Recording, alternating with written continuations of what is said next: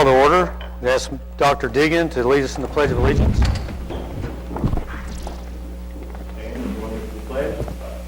Pledge allegiance to the flag of the United States of America and to the republic for which it stands, one nation under God, indivisible, with liberty and justice for all. Thank you. Call the roll, please. Mr. Jester? Here. Ms. Ronio? Here. Ms. John? Mr. Sharam? Here. Dr. Schutz? Colonel Waters? Thank you. I believe tonight we have a special guest and special recognition. Okay, for item 4, we have Mr. Lance Gibbs, Department of Defensive Education Activity STEM Integration Grant, and I'm going to ask Mr. Gibbs to come up and I'll introduce him. Mr. Gibbs has been administering the grant previous that we have received. How many years did that last? 3 years. 3 years. It's a 3-year grant, Department of Defense. We have recently been renewed. That was a science grant. This is a STEM grant, which is more extensive, and I'm going to pass it off to Mr. Gibbs, and then when he's done, I would like you all to ask him any questions you have. Okay. Like Dr. Diggins said, this is a STEM grant. STEM stands for science, technology, engineering, and mathematics, and so we'll be able to impact basically every classroom in the district, and certainly every child. The grant is for $2.5 million. We will start this year. We're going to start with adding technology to the buildings, with a focus on adding computers and computer labs to the buildings. The computers basically are in line so that we're going to save a lot of money, but we still get the power and the bang for the buck in the computer labs. We're going to provide calculators, particularly to the secondary schools, that are directed for the tests. You know, we have Algebra 1 testing, Algebra 2 testing, and those tests have a platform of TI calculators, and our kids are using a wide range of calculators. Teachers are using a wide range of calculators, so we're going to try to get focused in on that so everybody is doing basically the same thing. So we've got the grant for 3 years. It will involve professional development for teachers, science equipment, math equipment, all being placed into the different schools. And like I said, district-wide. I know for sure that it's going to impact every 5th through 12th grade classroom, and then our hope is, based on needs assessments, that we'll be able to impact farther down into the elementaries as well. $5 million, is that the life of 3 years? That's the life of the grant, yes, sir.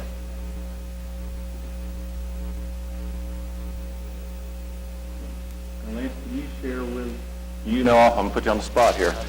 Our test scores increased dramatically in science during the implementation of the last grant. Can you describe that? Correct. Now, we had pretty much an overall 20% increase of scores during the science grant, but our biggest jump, we had a 38% pass rate in biology for freshmen, and during that 3 years, we moved to 78% pass rate.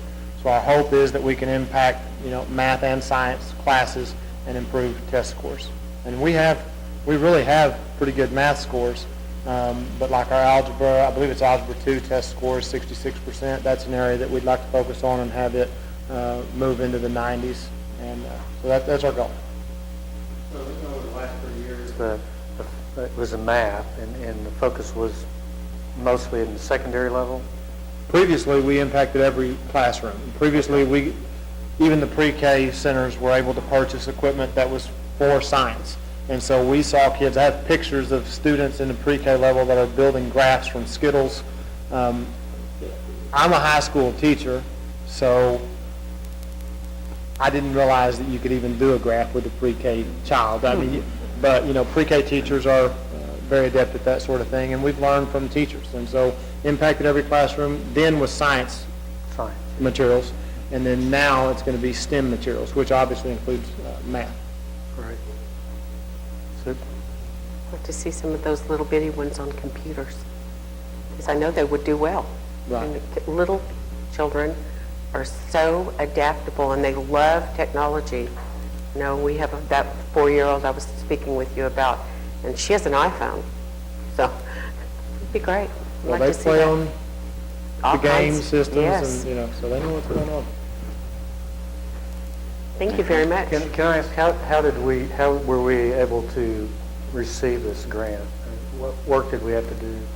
Well, it was a long process. Obviously, we received the grant previously. When the grant became available, they contacted us and let us know that the grant was going to be open again. And so the grant was written. I helped with gathering data and information. Jim Calloway, our previous grant director and grant writer, played a major role in writing that grant. He wrote the grant, and his creativity, I guess, is why we got the grant. But we're grateful to have it, Yes. and we definitely want to impact our kids, and that's what the grant's for. Super. Yeah, awesome. Is that good? Thanks, sir. Thank you very much. I appreciate You may exit if you wish, or you can hang around for the rest of the board meeting. Thank you very much. Thank you, Mr. Gibbs. Do we have an architect's report tonight? We do not. Departmental report? No departmental reports. And your report? And I have no reports either. The consent agenda, do we have any items that need to be removed? Here, a motion? Motion to approve? Call roll, please. Dr. Schutz? Yes. Mr. Sharam? Yes. Ms. Romeo? Yes. Mr. Jester? Yes.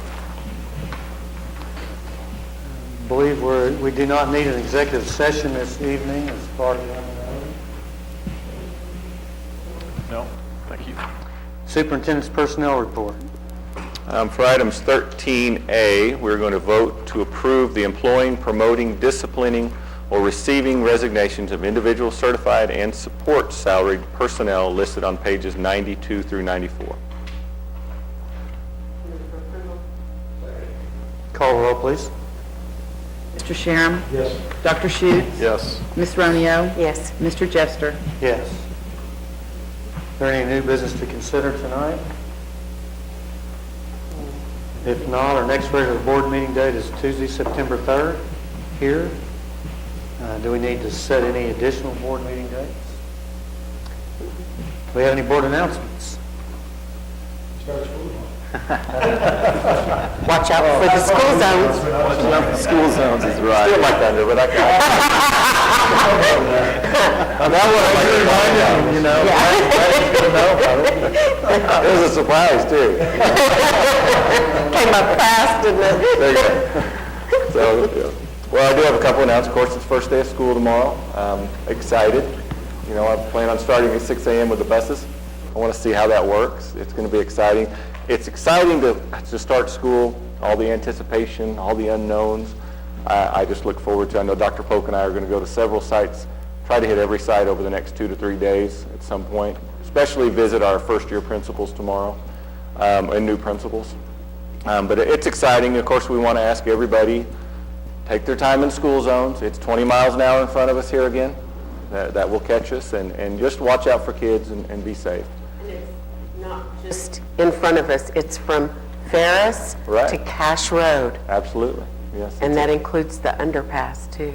It is a large school zone. So It is. there are we got a lot of schools, a lot of school zones, a lot of safety, a lot of kids running around. So want to just keep everybody mindful of that. Second thing I'd like to mention, we just finished 4 days today of professional development. All the teachers in the district engaged and we had all over the city. But our principals did a tremendous job. We had all the middle school teachers got together. It was more of a conference format. The high schools did similar things at their different sites. The elementary schools, however, and I want to mention because we had several groups in the community donate space. We had Cameron University, the City of Lawton, First Assembly of God Church, and the Centenary United Methodist Church. All four donated very large meeting rooms. Not only did they donate their meeting rooms, but their staff prepared them for the meetings and sometimes donated snacks. So we could have as many as 100 and maybe even more, 100 elementary teachers at a time receiving professional development, and then they'd rotate during the week. And I just want to thank those institutions and those pastors, Brian Long, John MacArthur, for allowing us to use their facilities. It was a tremendous blessing, and our teachers were appreciative. It's nice to get off site, but it's a tremendous community when you know you can rely on resources like that for our school. Well, that they did that. It was incredible. I visited each site with Dr. Polk. It was just a nice environment, and I heard rave reviews about the speakers. And Very these were good. nationally known speakers. So Wow, very good. very good. Last thing, last two things, we have, Sodexo was kind enough to donate for the superintendent's office some new furniture out there, and I wanted to thank them. None of our school funds are going toward that, but I just want to appreciate them. And we had another private donor. I don't know who that is yet, so we just want to thank everybody for that. And so we have some more exciting announcements that I don't want to steal anybody's thunder, so I'll keep them to myself. Next board meeting, we have some exciting announcements as well. But that concludes my announcements. I just want to remind everybody about OSSBA conference.